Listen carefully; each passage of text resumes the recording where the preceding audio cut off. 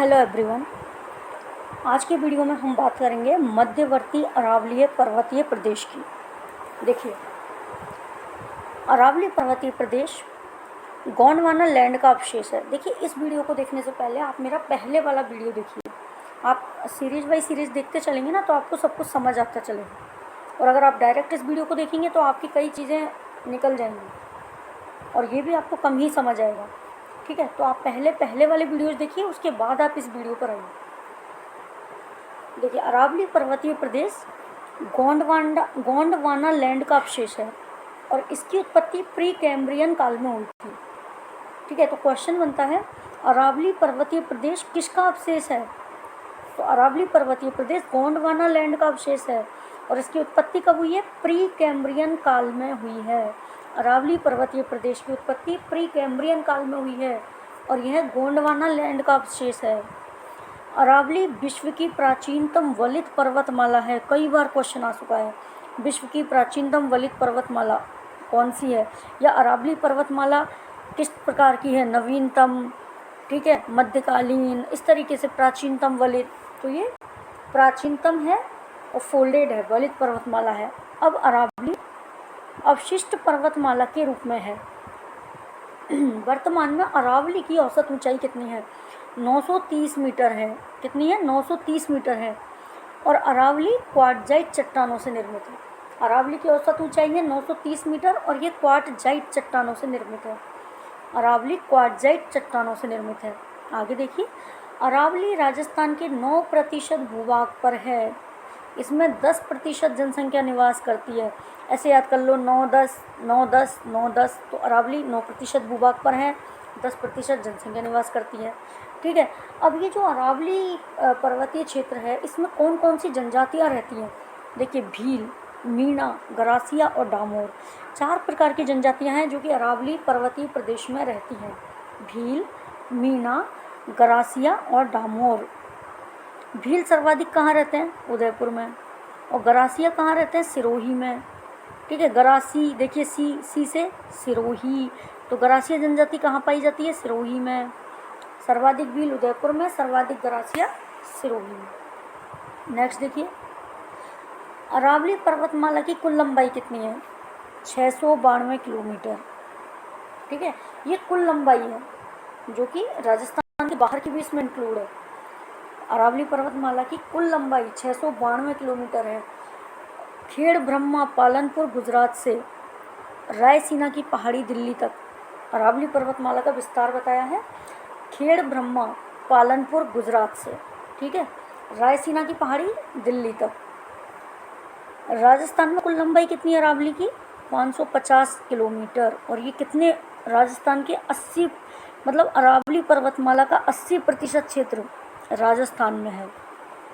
जैसे टोटल लंबाई है 692 किलोमीटर और उसमें 692 का 80% भाग जो है ना, मतलब 550 किलोमीटर, वो कहाँ है? राजस्थान में फैली हुई है। कहाँ तक है? देखिए, सिरोही से खेतड़ी, सिंघाना, झुंझुनू तक है। सिरोही से खेतड़ी, सिंघाना, झुंझुनू तक है ये। और अरावली की तुलना अमेरिका के अपलेशियन पर्वत से की जा सकती है। मतलब ये कर्णवत रूप में है। अपलेशियन पर्वत जो है वो भी कर्णवत रूप में है और अरावली भी कर्णवत रूप में है। अरावली प्रदेश में मुख्यतः 13 जिले आते हैं। कौन कौन से जिले हैं? देखिए, अरावली प्रदेश में उदयपुर, चित्तौड़, राजसमंद, डूंगरपुर, प्रतापगढ़, भीलवाड़ा, ये सारा मेवाड़ का एरिया हो गया ना। उदयपुर, चित्तौड़, राजसमंद, डूंगरपुर, प्रतापगढ़, भीलवाड़ा। उदयपुर, चित्तौड़, राजसमंद, डूंगरपुर, प्रतापगढ़, भीलवाड़ा, अच्छे से याद कर लो। फिर सीकर, झुंझुनू, ये शेखावाटी का एरिया हो गया, लेकिन इसमें चूरू नहीं है। सीकर, झुंझुनू। फिर है अजमेर, अजमेर, सिरोही, अलवर, पाली और जयपुर। कौन कौन से हैं? उदयपुर, चित्तौड़, राजसमंद, डूंगरपुर, प्रतापगढ़, भीलवाड़ा, सीकर, झुंझुनू, अजमेर, सिरोही, अलवर, पाली और जयपुर। अच्छे से याद कर लो यहीं पर इसको। देखिए, अरावली पर्वतीय प्रदेश की जलवायु कैसी है? उप आर्द्र जलवायु पाई जाती है। कौन सी जलवायु है? उप आर्द्र। इसकी औसत वार्षिक वर्षा कितनी है? यहाँ पर 50 से 90 सेंटीमीटर वार्षिक वर्षा होती है।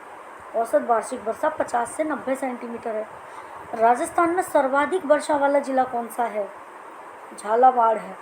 ये पूछा जाए कि राजस्थान में सर्वाधिक वर्षा वाला स्थान कौन सा है, तो स्थान तो है माउंट आबू, और सर्वाधिक वर्षा वाला जिला कौन सा है, तो झालावाड़ आएगा।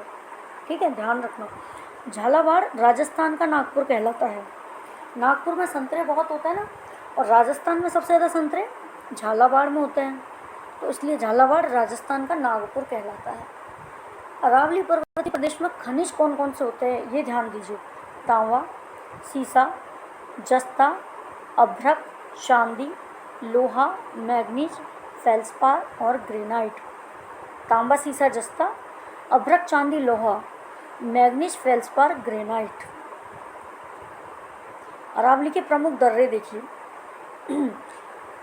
देखिए 3 जगहों के नाम याद रखिए, उदयपुर, पाली और राजसमंद। उदयपुर, पाली और राजसमंद दर्रों के लिए ये नाम याद रखिए। अरावली के दर्रों के लिए उदयपुर, पाली, राजसमंद। उदयपुर में तो है केवड़ा की नाल, फुलवारी की नाल और देवारी दर्रा। केवड़ा, फुलवारी और देवारी, केवड़ा, फुलवारी और देवारी, ये हैं उदयपुर में। केवड़ा की नाल, फुलवारी की नाल और देवारी दर्रा उदयपुर में। पाली में है देसुरी और सोमेश्वर की नाल। ठीक है, देसुरी की नाल पाली में है, सोमेश्वर की नाल पाली में है। और कामली घाट कहाँ है? राजसमंद जिले में है। और जिलवा की नाल राजसमंद में है। दोबारा देखो, केवड़ा, फुलवारी और देवारी, ये तीनों काम लेंगे उदयपुर में। देसुरी की नाल और सोमेश्वर की नाल पाली में मिलेगी, और कामली घाट और जिलवा की नाल राजसमंद में मिलेगी। नेक्स्ट देखिए, ऊंचाई के आधार पर अरावली को 3 भागों में बांटा जा सकता है। उत्तरी अरावली, मध्य अरावली और दक्षिणी अरावली। ऊंचाई के आधार पर 3 भाग हैं, उत्तरी, मध्य और दक्षिणी। देखिए उत्तरी अरावली के बारे में देखिए। उत्तरी अरावली में आता है जयपुर संभाग, जिसमें जयपुर, सीकर, झुंझुनू और अलवर। ठीक है, उत्तरी अरावली में जयपुर संभाग आता है। जयपुर, सीकर, झुंझुनू और अलवर आएंगे इसके अंदर। यहाँ अरावली की औसत ऊंचाई कितनी है? 450 मीटर है। उत्तरी अरावली में अरावली की औसत ऊंचाई है 450 मीटर। उत्तरी अरावली की सबसे ऊंची चोटी रघुनाथगढ़ है, जो कि सीकर में है। सबसे ऊंची चोटी उत्तरी अरावली की है, ध्यान रखना, सीकर के रघुनाथगढ़ में 1055 मीटर 1055। और उत्तरी अरावली की दूसरी सबसे ऊंची चोटी कौन सी है? खो जयपुर, जयपुर की खो चोटी है, ये 920 मीटर है इसकी ऊंचाई। अब देखिए बैराट की पहाड़ियाँ कहाँ हैं? जयपुर में है। यहाँ से पूछा जाता है, इसलिए ये अलग से बताया आपको कि कौन सी पहाड़ी कहाँ है। बैराट की पहाड़ियाँ कहाँ पाई जाती है? जयपुर में। खंडेला की पहाड़ियाँ सीकर में, तोरावाटी की पहाड़ियाँ सीकर में, और मालखेत की पहाड़ियाँ सीकर में हैं। उदयनाथ की पहाड़ियाँ कहाँ हैं? अलवर में। ध्यान रखना, उदयपुर मत कर देना उदयनाथ से। उदयनाथ की पहाड़ियाँ अलवर में हैं। ठीक है, नेक्स्ट देखिए मध्य अरावली। मध्य अरावली कौन सा है? मुख्यतः अजमेर और उसके आसपास का क्षेत्र। ठीक है, मुख्यतः अजमेर का और आसपास का क्षेत्र है। मेरवाड़ा प्रदेश जो होता है ना अपना, वो पूरा मध्य अरावली का क्षेत्र आता है। मध्य अरावली की औसत ऊंचाई कितनी है? 550 मीटर है। अभी देखिए उत्तरी अरावली की औसत ऊंचाई कितनी थी? 450 मीटर। उत्तरी अरावली की थी 450 मीटर। तो हम हाइट के हिसाब से इनका वर्गीकरण कर रहे हैं ना। और मध्य अरावली की 550, उत्तरी अरावली की 450, मध्य अरावली की 550। याद रखना अच्छे से। मध्य अरावली की सबसे ऊंची चोटी कौन सी है? गौरमजी और मायर जी, मतलब गौरमजी या मायर जी, 933 मीटर। 933 मीटर गौरमजी या मायर जी। यह टाड़गढ़ अजमेर में मेरवाड़ क्षेत्र की पहाड़ियों में है। ठीक है, मध्य अरावली की दूसरी सबसे ऊंची चोटी कौन सी है? तारागढ़, अजमेर की तारागढ़ है, 873 मीटर है। और इसको देखिए 870 मीटर भी बताया गया है माध्यमिक शिक्षा बोर्ड राजस्थान के अनुसार। तो कोई एक ऑप्शन आएगा आपके पास दोनों में से, तो उनमें से जो भी ऑप्शन हो आपको 873 या 870 टिक करना है तारागढ़ पे। ठीक है, तो मध्य अरावली अजमेर उसके आसपास का क्षेत्र है। इसकी औसत ऊंचाई कितनी है? 550 मीटर है। मध्य अरावली की सबसे ऊंची चोटी कौन सी है? गौरमजी या मायर जी, 933 मीटर है। और ये टाड़गढ़ अजमेर में है, मेरवाड़ की पहाड़ियों में है। मध्य अरावली की दूसरी सबसे ऊंची चोटी कौन सी है? तारागढ़ है, 873 मीटर की ऊंचाई है। और यह 870 मीटर है माध्यमिक शिक्षा बोर्ड राजस्थान के अनुसार। अब देखिए दक्षिणी अरावली के बारे में हम देखेंगे। सिरोही, उदयपुर, राजसमंद, चित्तौड़गढ़, प्रतापगढ़, डूंगरपुर, ये दक्षिणी अरावली का क्षेत्र है। इसमें कौन कौन से ज़िले आ रहे हैं? दक्षिणी अरावली में सिरोही है, उदयपुर है, राजसमंद है, चित्तौड़, प्रतापगढ़ और डूंगरपुर, ये पूरा क्षेत्र है दक्षिणी अरावली का क्षेत्र। दक्षिणी अरावली को मुख्य अरावली भी कहा जाता है, क्योंकि अरावली की सर्वाधिक ऊंचाई इसी क्षेत्र में है। सर्वाधिक ऊंचाई दक्षिणी अरावली क्षेत्र में है, इसलिए इसको मुख्य अरावली भी दक्षिणी अरावली को कहा जाता है। अब देखो, राजस्थान की सबसे ऊंची चोटी गुरु शिखर है, ठीक है, 1722 मीटर है। गुरु शिखर की ऊंचाई 1722 मीटर। गुरु शिखर को कर्नल जेम्स टॉड ने क्या कहा है? संतों का शिखर कहा है। दक्षिणी अरावली को दो भागों में बांटा जा सकता है। कौन कौन से भाग हैं? एक तो है आबू पर्वत खंड और दूसरा है मेवाड़ का चट्टानी प्रदेश। आबू पर्वत खंड सिरोही वाला हो गया और दूसरा हो गया मेवाड़ का चट्टानी प्रदेश। तो दक्षिणी अरावली को दो भागों में बांटा जा सकता है। एक तो आबू पर्वत खंड है और दूसरा मेवाड़ का चट्टानी प्रदेश है। नेक्स्ट देखिए, मेवाड़ का चट्टानी प्रदेश हम देखते हैं। देखिए, आबू पर्वत खंड क्या है? पहले तो अरावली पर्वतीय प्रदेश का सबसे ऊंचा भाग, अरावली पर्वतीय प्रदेश का जो सबसे ऊंचा भाग है आबू पर्वत खंड कहलाएगा। वो कहाँ पर है? सिरोही में। देखिए, राजस्थान की जो ज़्यादातर ऊंची ऊंची चीज़ें हैं ना, वो पूछी जाए तो वो सिरोही में ही है, क्योंकि सिरोही है ही हाइट पर, सबसे ज़्यादा हाइट पर है सिरोही, ठीक है। तो इसलिए जितनी भी ऊंची चीज़ें हैं वो सिरोही में ही आती हैं। देखिए, जिसकी औसत ऊंचाई 1200 मीटर से भी अधिक है। आबू पर्वत खंड की जो औसत ऊंचाई है 1200 मीटर से भी अधिक है। राजस्थान की सबसे ऊंची चोटी गुरु शिखर। राजस्थान की दूसरी सबसे ऊंची चोटी शेर, वो भी सिरोही में है, 1597 मीटर। गुरु शिखर की ऊंचाई कितनी थी? 1770 मीटर। दूसरी है शेर, सिरोही, 1597 मीटर। और राजस्थान का सबसे ऊंचा पठार उड़िया पठार, 1360 मीटर की ऊंचाई है। कितनी है? 1360 मीटर की। राजस्थान का सबसे ऊंचा पठार है उड़िया पठार। अब देखो, शेर, दिलवाड़ा, अचलगढ़ और आबू, ये सब सिरोही के क्षेत्र हैं। मतलब ये हैं चोटियाँ हैं ये। शेर, दिलवाड़ा, सबसे ऊंची गुरु शिखर हो गई। उसके बाद दूसरे नंबर पर शेर हो गई, थर्ड पे हो गई दिलवाड़ा, फिर अचलगढ़ और आबू। आगे देखिए, भाकर के बारे में देखिए।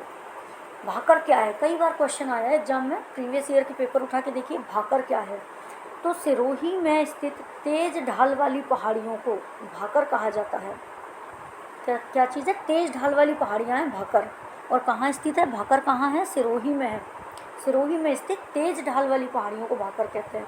लेकिन ये जो दो नाम है ना, इसराना भाकर और रोजा भाकर, ये सिरोही में नहीं है, ये कहाँ है? जालौर में है। इसराना भाकर और रोजा भाकर जालौर में है। आबू पर्वत खंड के पश्चिम में, आबू पर्वत खंड के पश्चिम में जसवंतपुरा की पहाड़ियाँ हैं, ठीक है। आबू पर्वत खंड है, उसका पश्चिम भाग में जसवंतपुरा की पहाड़ियाँ हैं और उसकी प्रमुख चोटी कौन सी? डोरा पर्वत है, 869 मीटर, 869 मीटर है उसकी ऊंचाई, डोरा पर्वत की ऊंचाई। अब हम देखेंगे मेवाड़ का चट्टानी प्रदेश। अभी तक हमने क्या देखा?